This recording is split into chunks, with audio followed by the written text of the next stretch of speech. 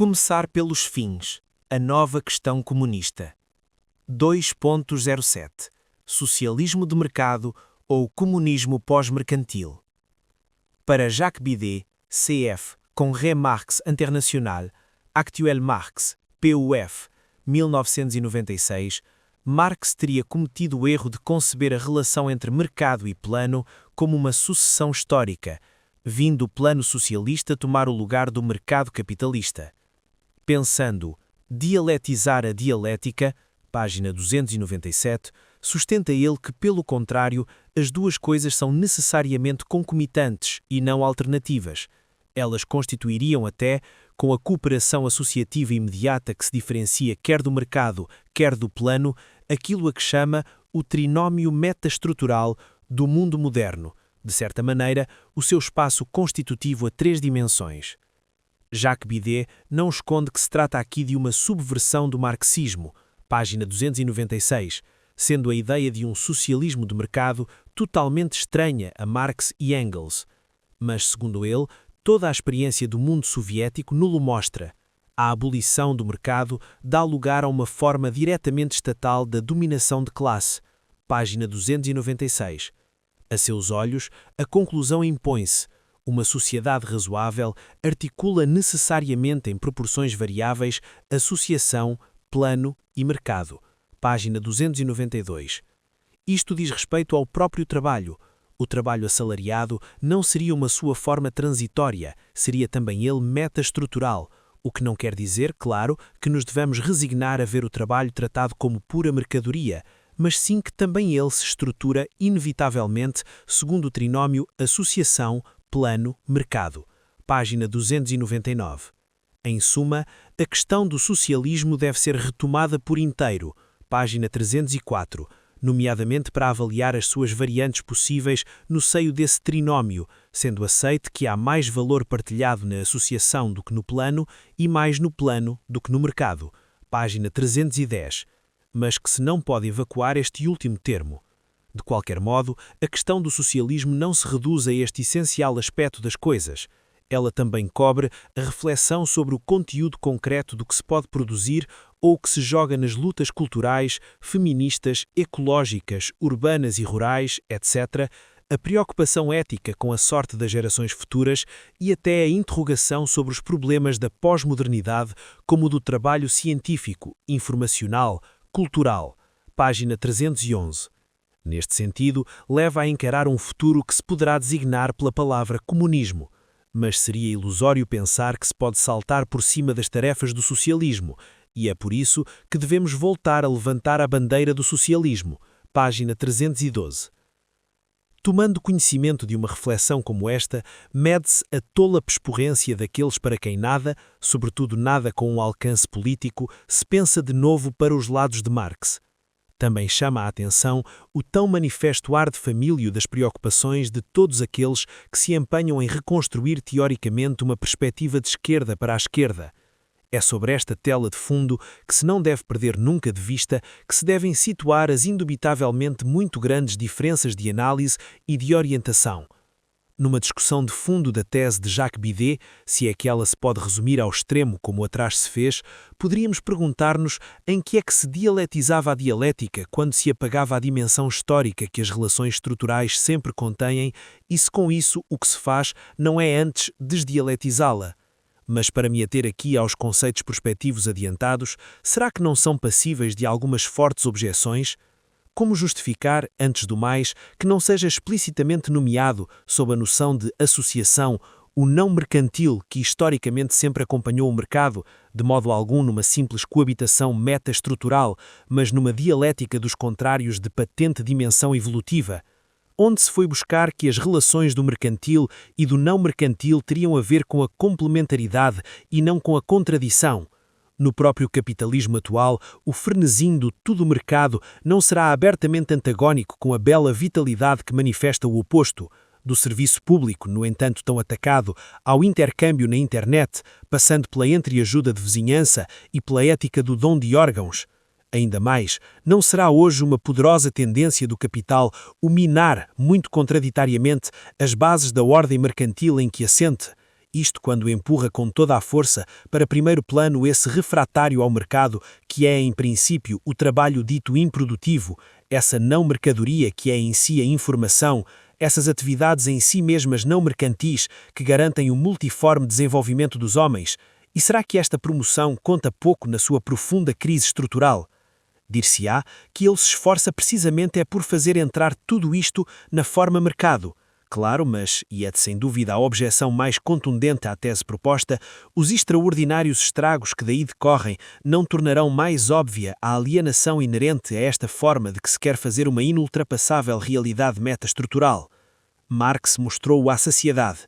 Mesmo aquém da sua apropriação pelo capital, o mercado é um universalizador por excelência, mas pelo preço da toda poderosa fetichização da mercadoria e do dinheiro, da inversão generalizada das relações entre a pessoa e a coisa, a finalidade e o meio, um muito eficaz regulador económico, mas pelo preço de uma drástica redução dos critérios avaliativos, de uma pilotagem cega para o custo quer dos seus efeitos sociais, quer das finalidades humanas de longo prazo.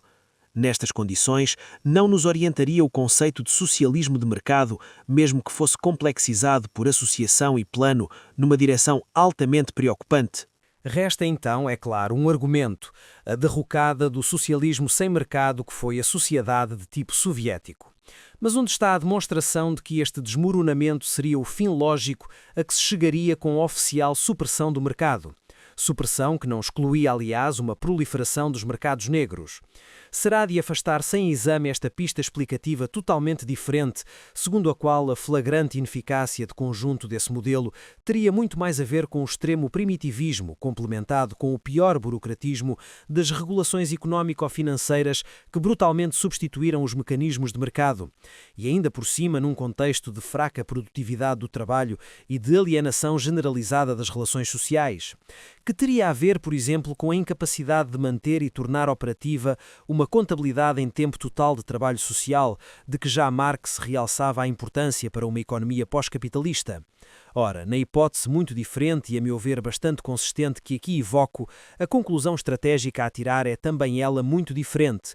Em lugar de nos instalarmos na tão inquietante perspectiva de um socialismo de mercado, mas também nos antípodas de uma brusca e de todos os pontos de vista quimérica abolição de mercado, trata-se de encetar uma fase histórica de superação do capitalismo, trabalhando, tanto no setor mercantil dos bens e serviços como no da finança, para deslocar cada vez mais os critérios dominantes da rentabilidade segmentar privada para a eficácia social total de que o capital se desinteressa tão gravemente. Por que, por exemplo, não fazer suportar às grandes empresas, de modo muito mais dissuasivo, os custos diretos e indiretos que, sem o confessarem, impõem à coletividade pública com os planos de despedimentos decididos em nome do lucro privado? Ao mesmo tempo que se trabalha para desenvolver construções não mercantis atentas à sua própria eficácia global. O conjunto destas inovações estruturais e das lutas político-sociais que lhes servem de motor constituiria, assim, o mais democraticamente e o mais internacionalmente possível, uma ampla experimentação histórica, constantemente retificável, de progressiva saída do mercado, por cima. Embora esta perspectiva admita de facto também ela a durável presença de um mercado, nem por isso ela deixa de se diferenciar essencialmente da precedente. Aceitar a ideia, mesmo que só parcialmente, de um socialismo de mercado, não será correr o risco de considerar por muito tempo como inultrapassáveis vários dos aspectos terríveis do estado de coisas atual. Não será fechar-se numa visão periodizada do futuro em que só estariam na ordem do dia limitadas tarefas do socialismo. Não seria remeter para a margem um comunismo atento aos problemas da pós-modernidade, largamente desconectados daquilo que de crucial se joga no presente, rumo a um socialismo de mercado ou rumo a um comunismo pós-mercantil? Agudíssima questão quando se toca no drama contemporâneo e do possível futuro do trabalho social. Estaremos nós a viver uma crise histórica do trabalho, como nulo repetem? É simultaneamente medir bem e analisar mal a amplitude das contradições em ação. O trabalho, como mostra Yves Schwartz, tende a ser hoje simultaneamente menos o centro, porque a vida pessoal faz dele uma parte de um todo que o ultrapassa em muito, e mais no centro, porque é mais do que nunca aquilo que deve dar a cada um o poder fazer algo da sua vida, de ser sujeito da sua história. Marx via bem longe quando anunciava que, com a objetivação crescente da ciência no aparelho produtivo, o tempo de trabalho imediato não podia continuar na sua oposição abstrata ao tempo livre. Torna-se vital a exigência de uma recomposição superior do indivíduo hoje fragmentado e então apto a reapropriar-se do conjunto dos seus poderes sociais. Não será esta irresistível mutação do trabalho que está por detrás da crise do trabalho assalariado capitalista, em que o produtor com múltiplas competências se vê drasticamente reduzido à unidimensionalidade de um valor de mercado abstrato? E eis que o movimento do capital, exigindo permanentemente mais do trabalhador e dando-lhe cada vez menos, precipita a obsolescência do sistema de trabalho assalariado com que faz corpo, pelo desemprego crónico de massas, pela precarização sem limites, pela infindável denegação de direitos e por tantas inovações destrutivas. Podemos dizer, segundo a expressão tão justamente dialética de Yves Clow, na mesma obra, que o capital acaba com o assalariado, mas por baixo. Haverá um índice mais eloquente da maturação objetiva das exigências do comunismo. E que espécie de socialismo seria o que deixaria perdurar sine die um mercado de trabalho? É verdade que nada é hoje mais controverso do que as vias para uma saída, por cima, desta crise. Segundo alguns, como Paul Bouffartigues e Henri Echtert, não será possível qualquer pleno emprego das capacidades humanas que implique o conhecimento daquilo com que cada um contribui para a produção das riquezas sociais sem sair do trabalho assalariado, apontam Paul Bouffartigues e Henri Echtert, obra citada, páginas 239-240. Ver-se também Trabalho assalariado e conflito social, direção de Michel Vacalulis, Actual Marx, PUF, 1999. Trabalho assalariado e conflito social. Para outros, como Bernard Friot e La cotização social criará emprego, é antes uma generalização do salário socializado, não já a preço de mercado, mas tabela classificativa de alcance anticapitalista sobre o qual assenta todo o edifício das garantias sociais e que pode evitar a catastrófica desconexão em curso entre trabalho e rendimento, páginas 138-144. Desacordo de monta, tal como muitos outros, no árduo caminho das refundações a fazer, mas o que está claro em qualquer caso não será que o devir do trabalho humano está decididamente para além da sua redução mercantil. Que temos nós como conclusão do que atrás fica dito? Para começar, repitamo-lo. O facto de que as extraordinárias mudanças das coisas e dos homens desde os tempos de Marx, longe de tornarem caduca a ideia do comunismo, quer dizer da superação de todas as grandes alienações históricas, lhe conferem uma atualidade maior do que nunca. Mas, sem aqui falar, não é o propósito deste livro, das tão numerosas questões concretas a reexaminar, o conceito global do comunismo reclama, no ponto em que estamos da sua reconsideração, uma dupla modificação em que se precisará o que atrás foi já esboçado. Marx, quanto a ele, pensou até ao fim a saída do capitalismo como supondo uma revolução brusca, que permitisse operar em pouco tempo as mais importantes transformações económicas e políticas e encetar assim a evolução muito mais lenta da fase inferior para a fase superior da sociedade comunista. É significativa a este respeito a metáfora do parto que emprega mais uma vez em 1875 na sua crítica do programa de Gotha.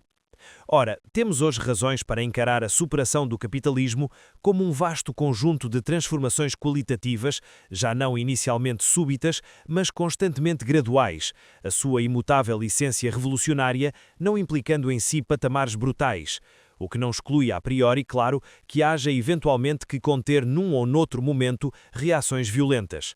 Aos que ainda acreditem na lei stalinista, segundo a qual toda a mudança qualitativa seria necessariamente brusca, faremos observar que a física contemporânea põe em evidência aquilo a que chama transições de fase de segunda ordem, em que, a níveis muito elevados de pressão, se apaga qualquer limite nítido entre diferentes estados da matéria.